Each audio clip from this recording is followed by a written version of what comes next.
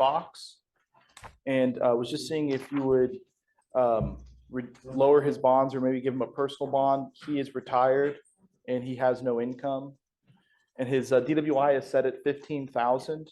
And then he's also on a deferred for terroristic threat. Oh my God, Mr. Fox picked up on a case. This Mr. Fox. Hold up. He's asking for a personal bond while already on deferred for a terroristic threat. That's like asking for dessert when you haven't even paid for the last meal. Would you take that risk? Yes, Judge, and he did tell me that you would be familiar with him. Tell me, is this Butler's case? Remember Mr. Butler? It is. Oh God, all that stuff that he was working. All that stuff that he was working. Oh, he's in the back. Oh, no. Do you need him out, Judge? Caramba la bamba. Is he who you thought he was, Judge, or no? Yeah. Oh, okay. He's on bond for DWI in Fort Bend County. Oh. He's on probation here. And who's counting, Judge? I'm calling Mr. Butler right now. The problem is that every time, you know, for months, our CLO, and we had him TRAS, and it says that he needs residential treatment. Okay. And Mr. Butler was that, you know, and instead of getting the treatment that was needed and necessary at the time, because that's what we were supposed to do, he's now picked up a DWI and a felony evading. So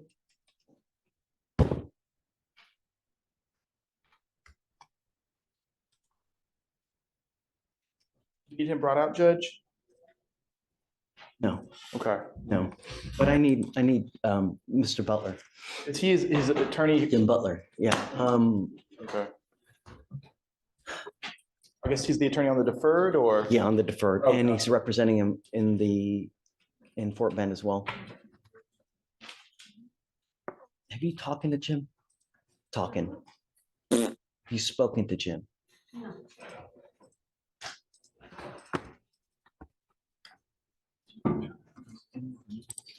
I mean, he's on the terroristic threat. Can you give me a second? Sure, Let Judge. me reach out to him real quick.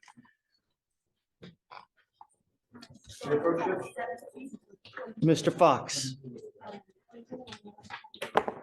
let me express my extreme disappointment. You know, and I think what makes me so very upset. This moment hits different. The judge isn't just reading charges. She's delivering a full-on indictment of the system's failure and the defendant's choices. You can feel the frustration building. Is that when people truly need help, the fact that we push it along, and since day one, we've known residential has been needed.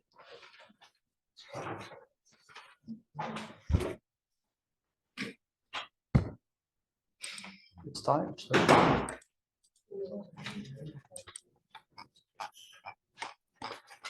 You now stand charged with another DWI. You're also charged with evading arrest in a motor vehicle. On that one, you're facing up to 10 years in prison, a minimum of 2 years, a maximum of 10 years in prison. We're going to do probable cause. You have the right to remain silent. Anything you say can or will be used against you. You have the right to have an attorney present. If you cannot afford one will be appointed to you, sir. The officers observed the defendant engage in a race with another car on a road in Harris County, Texas. The officer attempted to catch up to the vehicles and was unable to catch up to the other driver. However, the officer caught up to the defendant's vehicle and attempted to initiate a traffic stop by activating lights and sirens. The defendant failed to stop and engaged officers in a 13-mile pursuit. When officers made contact, they observed the defendant step out of the driver's side of the vehicle, and the officers observed a strong odor of an alcoholic beverage, slurred speech, red glassy eyes, and unsteadiness. The defendant admitted to drinking a bottle of wine and taking a Zoloft. During search of the vehicle, the officers found an empty bottle of wine and a sonic cup that contained a liquid smelling of alcohol. The defendant- Alcohol in the car? Yes, Judge. And the defendant refused standard field sobriety test. DIC was read, and the defendant refused breath. A blood search warrant was signed and executed.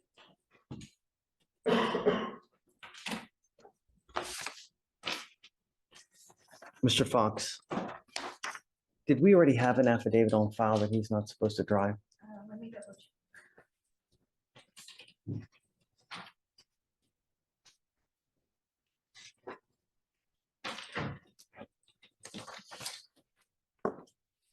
I am now putting this affidavit that you're not to drive.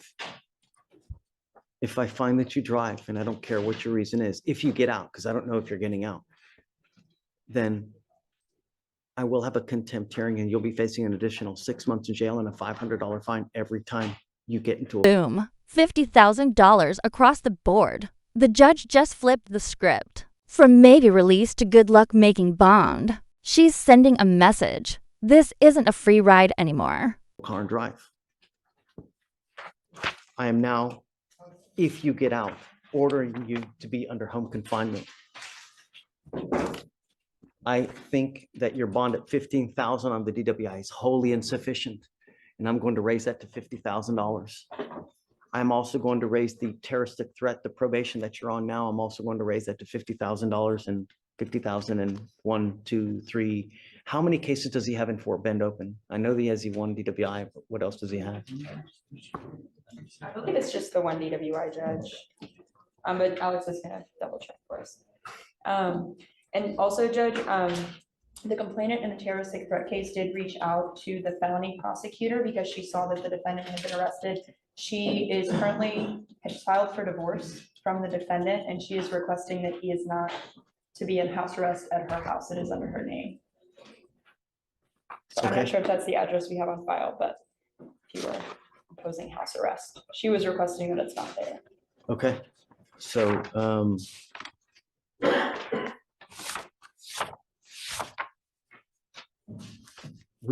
I need to get Mr. Butler here so we can deal with this case as well, though. Do you mind perhaps reaching out to him, sending an email, or, I'll also call out to the office as well to see. He's always in court. Hopefully he can be here now. And then as soon as the line dies down, I'll also reach out to him as well. Alright, there was also one last Spanish THA just in it. Okay.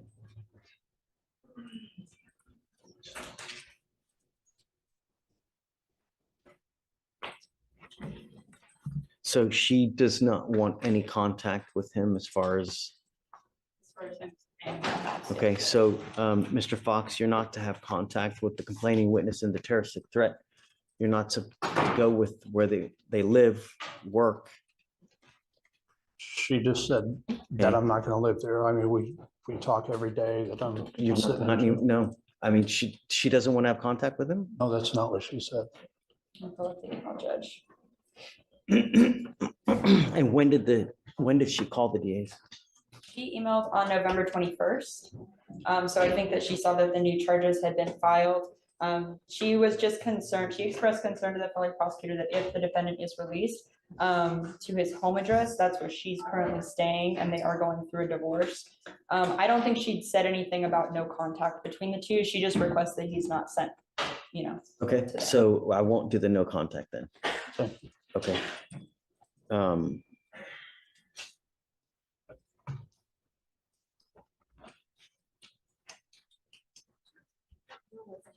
Okay, I want to have a hearing on this ASAP. I'm not waiting anymore on the stuff from, I mean, damn it, I can't do anything now. He's got these cases open anyways. Wait, just, what a waste. All right, Mr. Fox, if you're released, like I said, home confinement, on one ankle, you will get a GPS monitor. On your other ankle, you will get a Scram ankle monitor, so we know that you're not consuming alcohol. Is that it? I guess that's it, right? No weapons. And then he'll have to, prior to release, he's going to get all those, and then you'll have to find somehow another address for him to live, James, because, you know, we need the address prior. And I mean, I don't know if he's going to bond out now, but Yes, Judge. see, but Can I get that rehabilitation that you had offered? not while cases are open. Well, You have the case also that's open in Fort Bend as well. yes. I don't know what's going to happen in there. I'll tell you, those cases take even longer to resolve than here. And then how are you going to be able to resolve that over there when you've got this stuff over here? So at some point, you're going to have to transfer over there, resolve stuff. It's just, it's even more of a mess now. So, all right, I guess I'm going to have you put back now. I want to wait to see if we can get Mr. Butler here today.